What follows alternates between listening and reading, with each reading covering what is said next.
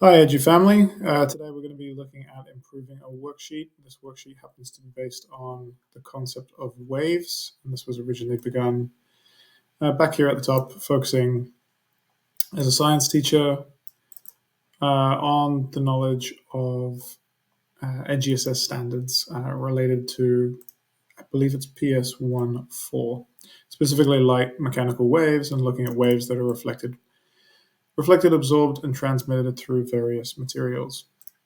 Now, I've already started doing this, and I began with a prompt for ChatGPT 4.0. The idea is to try and improve the output today to see what I can get. So I've already I did some work on this already. There's a blog post that links to this.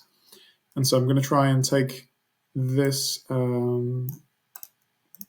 prompt that I made, and I'm going to try and improve it iteratively and see if I can make it even better with the continuing output.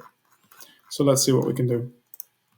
So I've given it this prompt, and it's given me a reasonable output. Version 1 has the answers, or what ChatGPT is providing for answers, and version 2 has no answers. So there's a little answer and explanation. I made it give me these things. In addition, I'm now going to try and improve it a little bit further. So I had some thoughts on this that perhaps I need to be a bit more specific regarding what I would like in my multiple choice. So far I've told it to, I can also space this out a little bit perhaps, so I'll make the prompt a bit bigger. Ooh, interesting. So what I can do here is I've asked it to provide solutions, provide a brief explanation that goes with it. In this case, I've done questions and answers, but I haven't really specified until now. For each question, please include 4 options for the answer where possible and physically realistic. However, I've realized that I can also include specificity about the questions and the incorrect answers. For each multiple choice item, please include 3 incorrect but plausible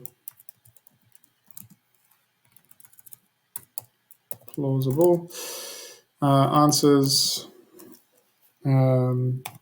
ideally based on common misconceptions, in order to try and get the students to have to think a little bit harder on the multiple choice questions.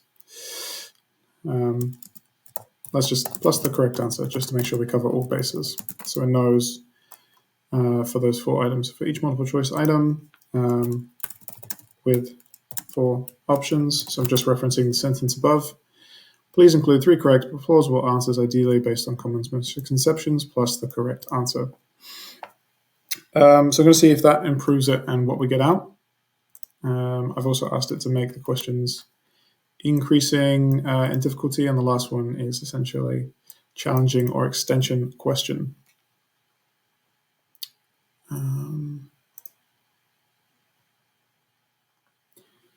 Please make the questions, make the worksheet clarification, emphasis on light. I've only got the emphasis here. Perhaps I've lost from the beginning a bit more of the topic to be covered. Perhaps it's further up.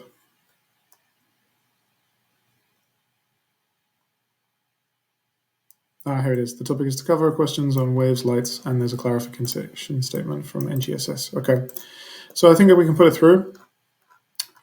The current ChatGPT 4.0 is pretty fast, or 4.0. I don't know exactly how to say it. 4.0 maybe. It's pretty quick to output, so we can look at it as we run through and see if there are improvements. I have another idea as well. Perhaps in addition, I can give a bit more guidance on the second half, because essentially with this one, it's giving me some multiple choice and then it's improving them. So obviously light is reflected when it hits a smooth, shiny mirror. It's talking about reflection and the principle of reflection. It's not the most nuanced explanation, but at the same time, it's reasonable. It's basic. What material would be most likely to absorb sound waves? Porous material like glass. Reflect. So I like here that it's actually gone through and given a sort of counter example, which is rather handy. So explaining that hard metals, rather soft materials, hard materials tend to reflect sound much more effectively. What happens to light waves when they pass through? So these all look reasonable. What it's done quite well is actually giving me now 8 multiple choice. It's different a little bit than earlier because earlier it had more short answer questions. It had a true and false section, so it only gave me 4 multiple choice compared to this version that it's decided to give me 8 multiple choice, probably because I focused more on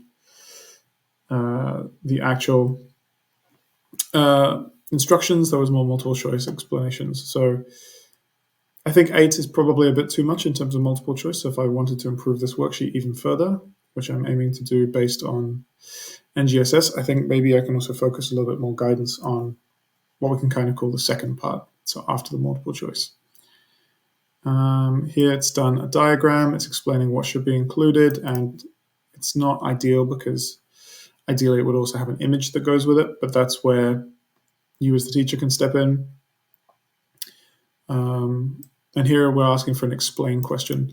I think there's more possibilities to be made, more improvements here. So what I can do is I'm going to keep using the same prompt and improving and changing it, because then I have a building prompt rather than starting from scratch or just tweaking what's already there. I could ask it to do more just based on what's already there, but I think I like to keep building the prompt so that eventually I get a nice template out of what I'm making as a sort of useful prompt for future references, or if I want to make a similar item just on a different topic. So now I have only told it to just make a bunch of multiple choice questions, increasing difficulty, and therefore it's made the decision to give me 8 multiple choice and 2 longer answer questions. I think what I'd like to do now instead is have specificity. So please, I like to be polite when I do this. Please include 6 multiple choice questions. I said down here 10 questions total. Actually, maybe it's better to include it down here. 10 in total.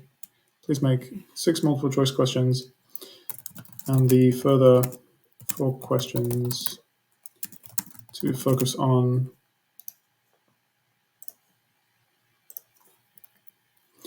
so I think challenging students' higher order thinking skills. Now, it's not easy to just tell it to do higher order thinking skills. It's better to also give it a little bit more clarity and explanation to go with this. So I've just got some notes here I wrote for myself earlier. So best to do something like, for example, students may need to apply their knowledge in a non-standard context. So make it a bit more challenging to take it away from the regular textbook examples. And then use some higher order command terms, or explain, evaluate, or justify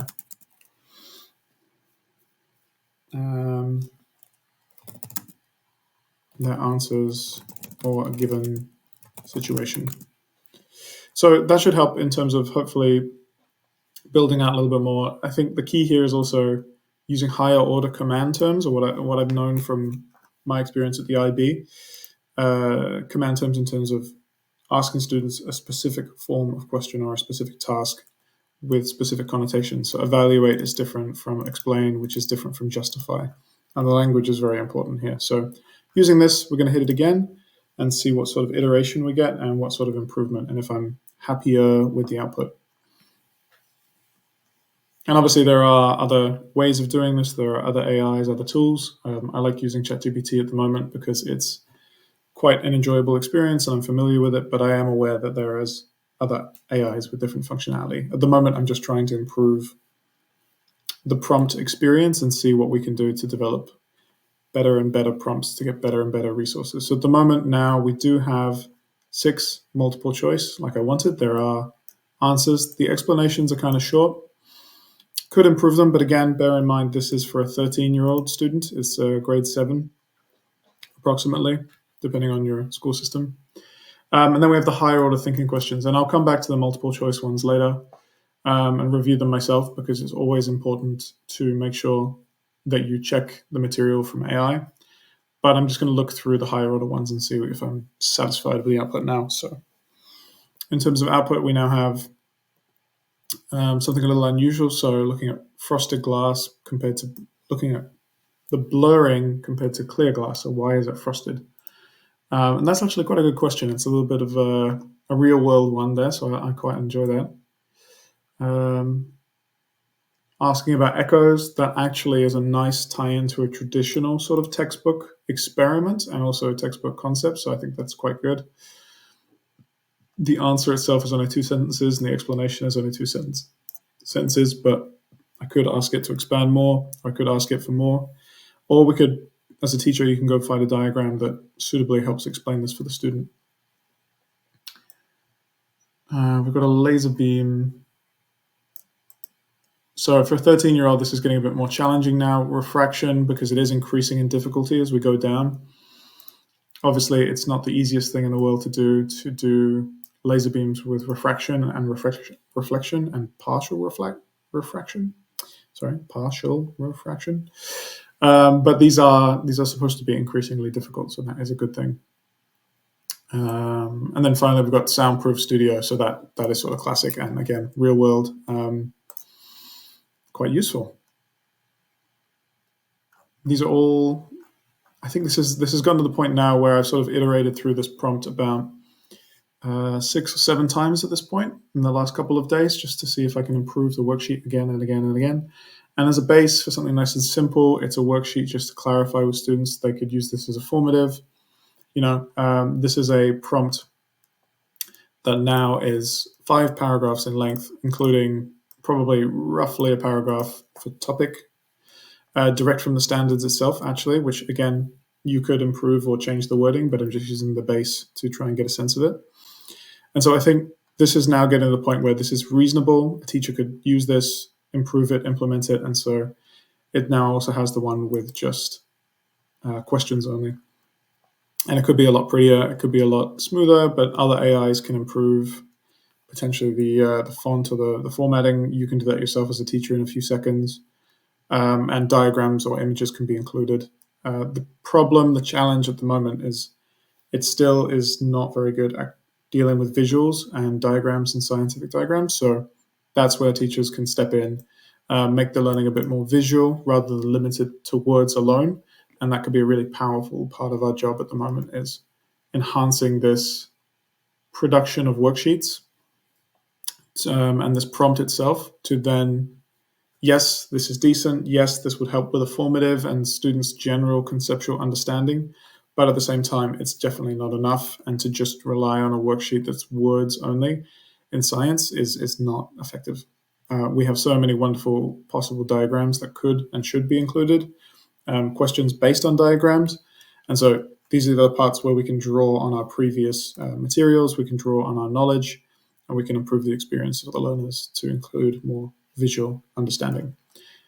So I think this concludes effectively day 2 of my practicing AI prompts to generate different teaching assessment types and to try and improve iteratively as I start with a small, simple prompt, which you can see up here. I started with only one large paragraph, and much of that paragraph itself was the NGSS standard in which I based this on, the middle school science PS 1.4, I believe. And so now I've got a 5-paragraph prompt by the end of it and a very different worksheet. You can see at the beginning here, if I go all the way back to the top, the worksheet did have multiple choice. It began with only 3 options. It didn't have an explanation. It wasn't necessarily aligned, and it did choose to include short answer questions, true or false questions, and a drawing explanation. However, the drawing explanation itself, I could work that back in. But at the moment, I think this is enough to begin the base and get a sense of how this works and how this could be done. Thanks for watching with me, Edu family, and I will see you later. Cheers and stay